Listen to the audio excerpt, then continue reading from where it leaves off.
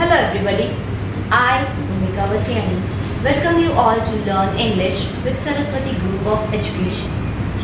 Today we are going to revise chapter 1 because it's been a while, right? We have learned this chapter. So let us revise today and prepare for the exams. The name of the chapter is The Dream Catcher, as we know, right? What is the dream catcher about?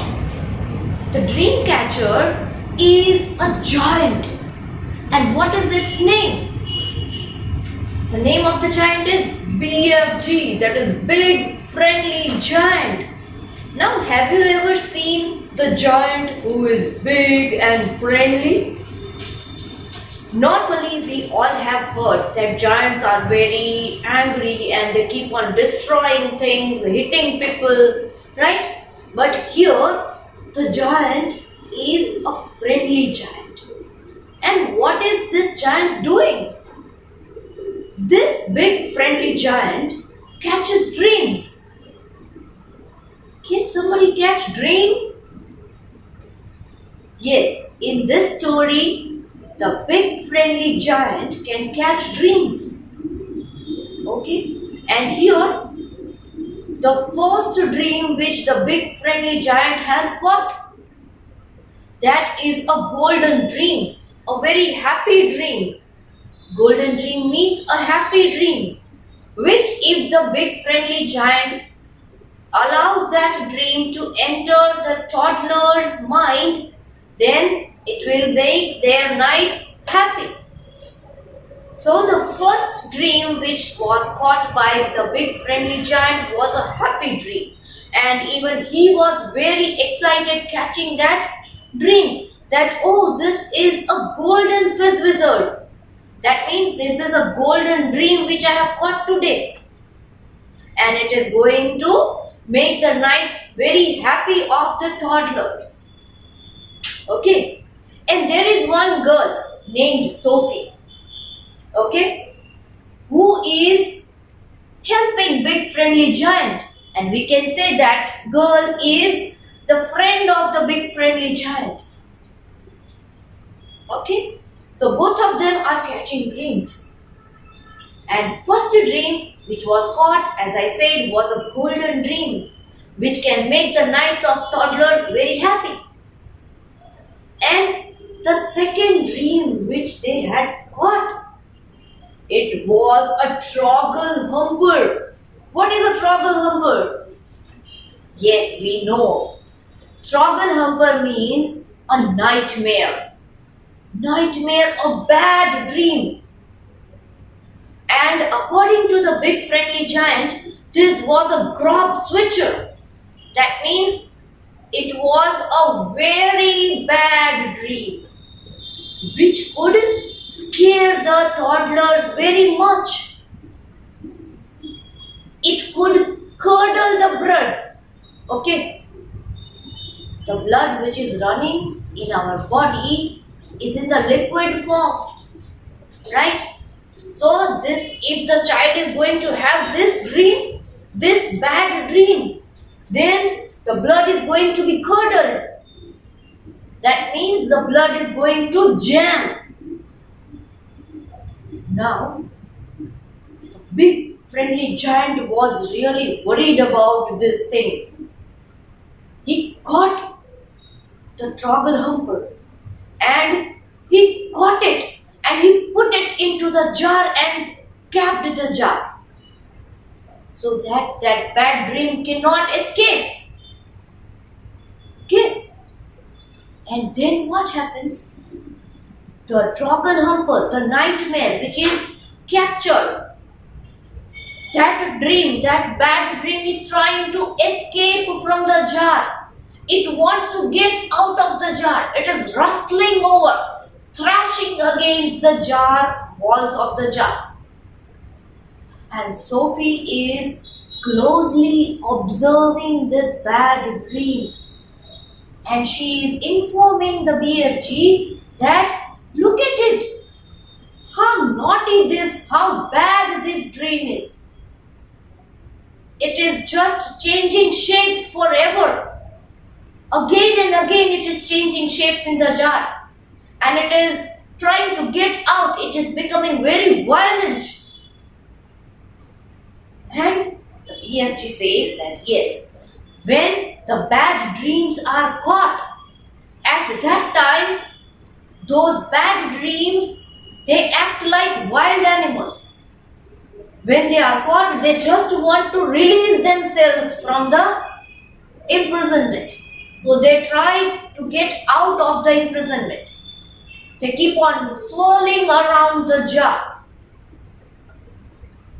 And the BFG says that he is not going to allow this bad dream to get out of the jar. Why? Sophie is asking, why? What are you going to do then? If you are not going to allow this bad dream to come out of the jar, then what are you going to do? The big friendly giant says, I am going to burst the dream. As soon as we reach home, I am going to burst it. Because I don't want this dream to enter any child's mind. It may scare the child. Got it? So this was the story of the big friendly giant and Sophie, who were dream catchers. Okay? The big friendly giant had a big net in his hand and he used to swish the net and catch dreams. But he was very careful about catching dreams. That whichever dreams he caught, those dreams would be happy dreams for the children. Right? So if he blows the dreams into the ears of the children, those children should be happy. So we can say that this giant is a friendly giant. Okay? So here in this chapter, the description of the bad dream and the good dreams are given and it is mentioned in a detail. Okay? So this was the story of the big friendly giant. Now, we had also learned grammar topics along with this chapter. Do you remember that? Yes. The first topic which we had learned were prefix and suffix. Right? Now, what is a prefix?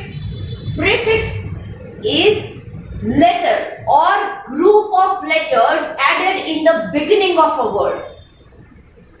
And what is a suffix? Suffix means letter or group of letters added at the end of the word. And what happens when we add something in the beginning of the word and something at the end of the word? Yes, as you know, as we have already learned this, it changes the meaning of the word, right? If we add some letters in the beginning of the word, it changes the meaning of the word.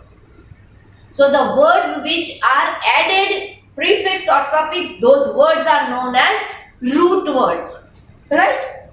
Now if we add prefix, then what type of prefixes have we learned? There are so many. Okay, but we had learned specific prefixes in this chapter.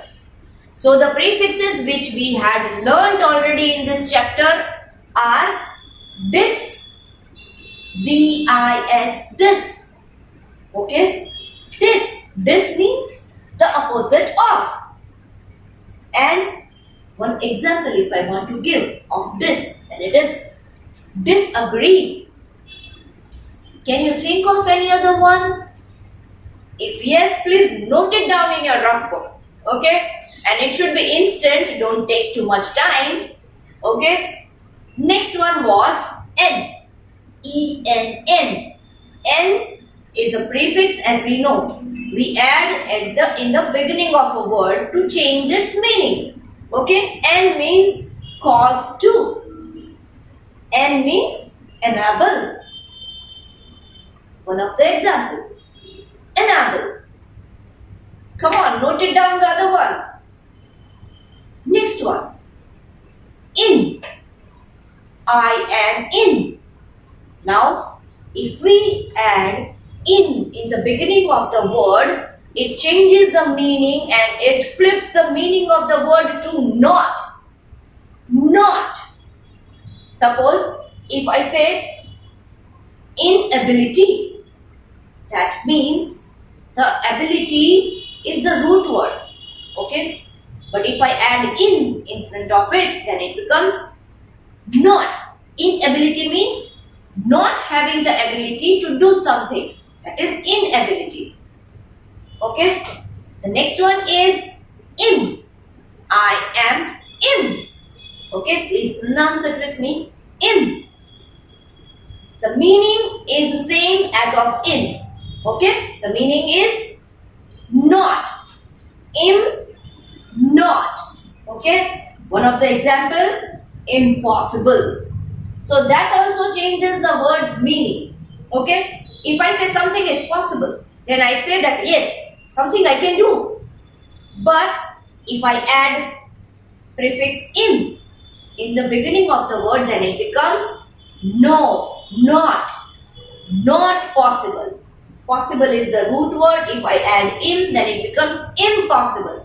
Impossible means not possible. That is not possible for me to go 25 kilometers away from my home. Right? Okay. Now, the second one, the last one is miss. M-I-S, miss. Miss means incorrectly. Something which we do incorrectly. Okay, not in a correct manner. That is miss. So, if we add miss to the root word, see here the root word is lead. Lead means to proceed, to guide others. Lead. If I add miss, M-I-S, miss to the word lead, then the word becomes mislead. Mislead. Okay. Mislead means to lead others in the wrong direction. Okay. To guide others in a wrong manner. Okay. So these were the prefixes. Quickly pronounce it with me very fast. Dis. Dis means the opposite of. N. N means cause to. In. In means not. Im. In means not. Miss. Miss means incorrect. Now let us go to the suffix part. Which are the suffixes which we have learnt in this chapter? The suffixes which we have already learnt in this chapter are able. A-B-L-E, able. Now, why have I added a hyphen over here?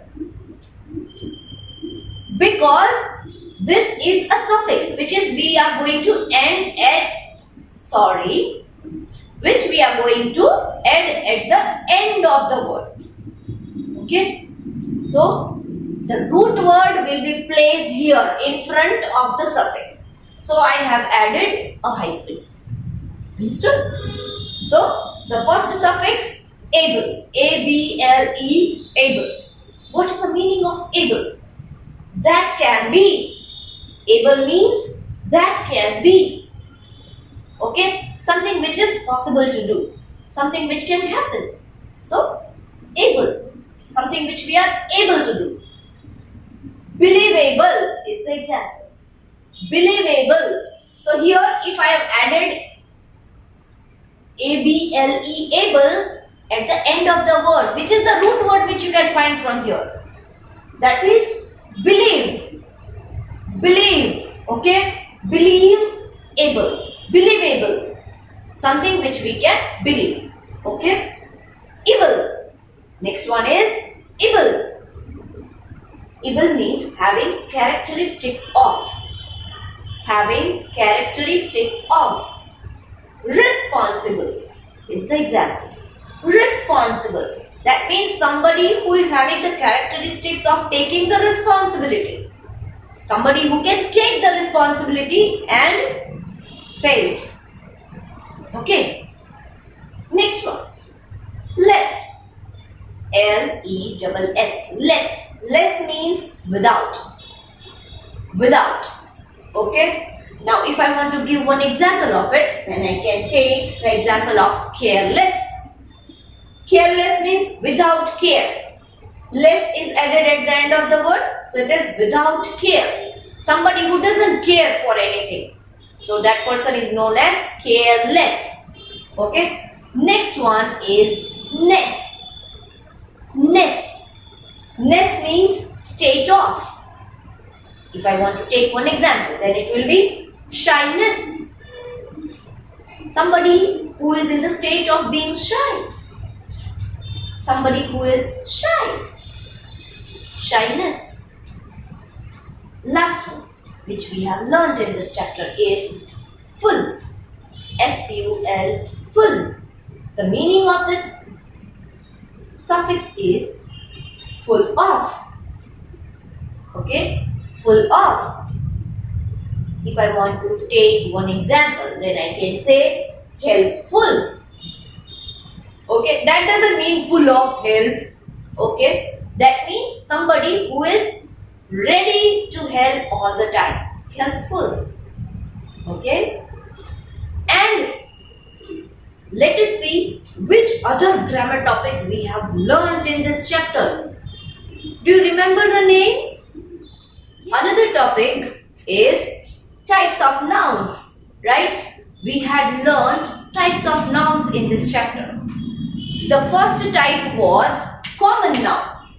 Okay, common noun. Now in common noun there were two subtypes which we have learned, that is countable noun and uncountable noun.